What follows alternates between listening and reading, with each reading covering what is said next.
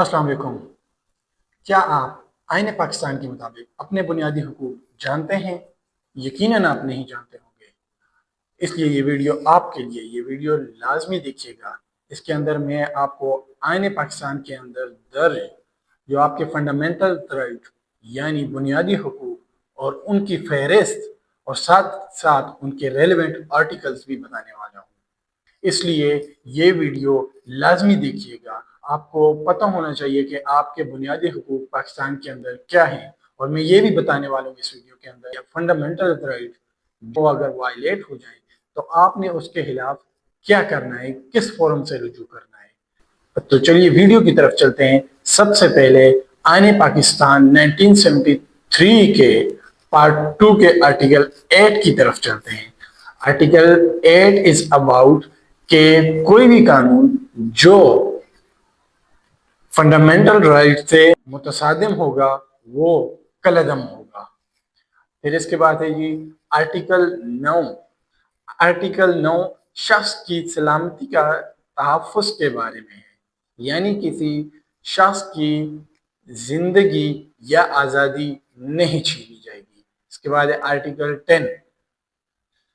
Article 10 गिरफ्तारी और गिरफ्तारी के जो नज़्म व ज़ब्त है उसके बारे में है, यानी अगर आप गिरफ्तार किए जाते हैं पाकिस्तान के अंदर, गिरफ्तारी के बाद आपको बताया जाएगा कि आपका जुर्म क्या है, आपको इस जुर्म की वजह से गिरफ्तार किया गया है। सेकंड, आपको जो कोई आपका वकील होगा या जो भी जिसको आप अपना वकील बनाना चाहें उससे रुजू करने का मौका दिया जाएगा। इसके बाद ये article 10A। Article 10A is about fair trial, यानी मुनसिफाना अदालती अमल का हक, यानी हर किसी को अपने दिफा का मौका दिया जाएगा। बोथ द पार्टीज को सुना जाएगा, उसके बाद फैसले किए जाएगा। सिंपल आपको यहाँ पर मैं इस आर्टिकल में यही बता सकता हूँ। डिटेल में इस आर्टिकल में इंशाल्लाह वीडियो बनाऊंगा। इसके बाद आगे जी आर्टिकल 11 है। आर्टिकल 11 इज अबाउट गुलामी और जबरी मुशक्कत से तहफ़्फ़ुज़, यानी किसी को गुलाम नहीं बनाया जाएगा और ज़बरदस्ती या जबरी तौर पर उससे काम नहीं करवाया जाएगा। उसके बाद है article 12। Article 12 is about retrospective punishment, यानी माजी की सज़ा आपको प्रेजेंट में नहीं दी जाएगी। इसकी एग्जांपल मैं छोटी सी दे देता हूँ। आपने कोई माजी में आपसे कोई क्रिमिनल एक्ट हुई थी, लेकिन उस टाइम कोई कानून उस मुतालिक नहीं था, अभी आपको कानून बना के उसकी सज़ा दी जाए, ये नहीं होगा। इसके बाद जी आर्टिकल 13।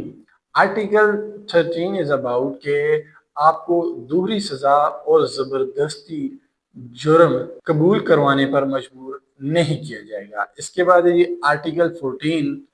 आर्टिकल 14 इंसानी वकार की हुर्मत के मुतालिक है, यानी किसी इंसान पर कानूनी तरीके के बगैर जोर या तशद्दुद नहीं किया जाएगा। इसके बाद है ये आर्टिकल 15। आर्टिकल 15 नकल मकानी के मुतालिक है। आप पाकिस्तान के अंदर जहाँ रहना चाहें आप रह सकते हैं, यानी आप कराची से हैं, आप इस्लामाबाद में रहना चाहें, केपी में रहना चाहें, आपको आज़ादी, आप जहाँ पे रहना चाहें आप रह सकते हैं विद इन दी जो गवर्नमेंट पॉलिसी है उनके अकॉर्डिंगली।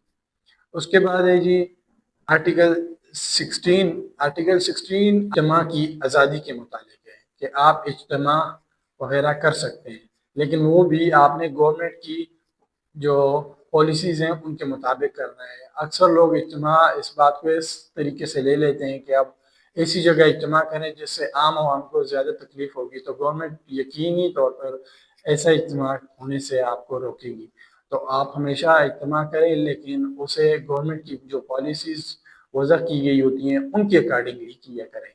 इसके बाद ये आर्टिकल 17। आर्टिकल 17 इज़ अबाउट इत्तेहाद व तंजीम का हक। आप पाकिस्तान के अंदर कोई तंजीम वगैरह, कोई अपने जो ऑर्गेनाइजेशन वगैरह है उसका हक रखते हैं। इसके बाद है आर्टिकल 18। آرٹیکل 18 کے مطابق یہ کہتا ہے کہ آپ کو پاکستان کے اندر تجارت، پیشہ ورانہ کام یا کاروبار آپ کر سکتے ہیں۔ آرٹیکل 19 از اباؤٹ کہ آپ اظہار رائے اور پریس کی آزادی رکھتے ہیں، لیکن وہ بھی گورنمنٹ کی پالیسیز کے مطابق۔ آرٹیکل 20 مذہبی آزادی کے متعلق ہے۔ آرٹیکل 21 جو ہے وہ آرٹیکل 20 سے ہی ریلیٹڈ ہے کہ مذہب کو بنیاد بنا کر ٹیکس نہیں لیا جائے گا۔ اس کے بعد آرٹیکل 22 بھی آرٹیکل 20 کے ہی ریلیٹڈ ہے کہ تعلیمی اداروں کے اندر مذہب کے متعلق تحفظ، یعنی اس کی مثال اس طرح سے لے لیں کہ ایک تعلیمی ادارے کے اندر کوئی نان مسلمز اور مسلمز پڑھ رہے ہیں، اور ایک ہمارا سبجیکٹ ہوتا ہے کمپلسری اسلامک اسٹڈیز، تو آپ ان پر زبردستی یہ نہیں کر سکتے کہ آپ نے بھی اسلامیات پڑھنی ہے۔ اب ان کے لیے سبجیکٹ وغیرہ گورنمنٹ نے وضع کیے ہوتے ہیں کہ وہ ان سبجیکٹس کو پڑھیں، نہ کہ آپ اسلامیات کو۔ تو آلریڈی الحمدللہ پاکستان کے اندر یہ سسٹم اسی کی اکارڈنگلی چل رہا ہے۔ اس کے بعد ہے آرٹیکل 23 رائٹس آف ایسیٹ، آپ کو جائیداد رکھنے کا حق ہے۔ اس کے بعد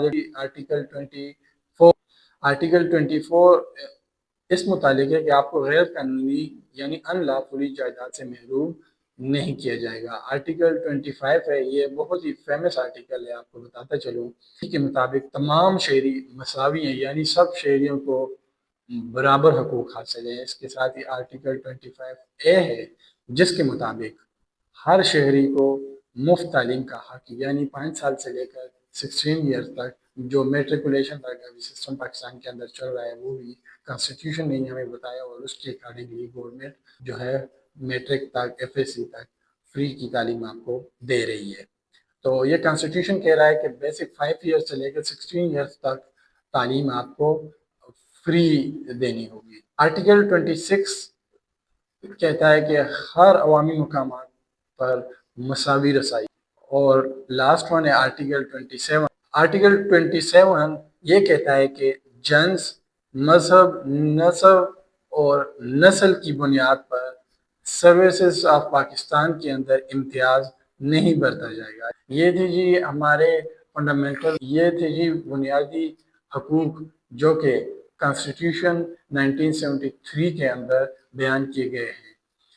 میں امید کرتا ہوں کہ آپ کو تھوڑا سا آئیڈیا آ گیا ہوگا کہ آپ کے بنیادی حقوق کیا ہیں۔ اب میں آپ کو بتاتا چلوں کہ اگر آپ کے یہ حقوق وائلیٹ ہوتے ہیں تو آپ کے پاس کیا الٹرنیٹ ریمیڈی ہے۔ تو آپ کے پاس الٹرنیٹ ریمیڈی یہ ہے کہ آپ ڈائریکٹ ہائی کورٹ سے رجوع کر سکتے ہیں۔ جب آپ کا کوئی بھی جو فنڈامنٹل رائٹس ہے وہ وائلیٹ ہوتا ہے تو آپ ڈائریکٹ کسی بھی ہائی کورٹ سے، کسی بھی پروونس میں آپ رہتے ہیں وہاں کے ریلیونٹ جو ہائی کورٹ ہوتا ہے، جس کو جورسڈکشن حاصل ہوتی ہے، اس کے اندر آپ رجوع کر سکتے ہیں، اور بہت ہی جلد اس کا فیصلہ انشاءاللہ آپ کے حق میں آئے گا۔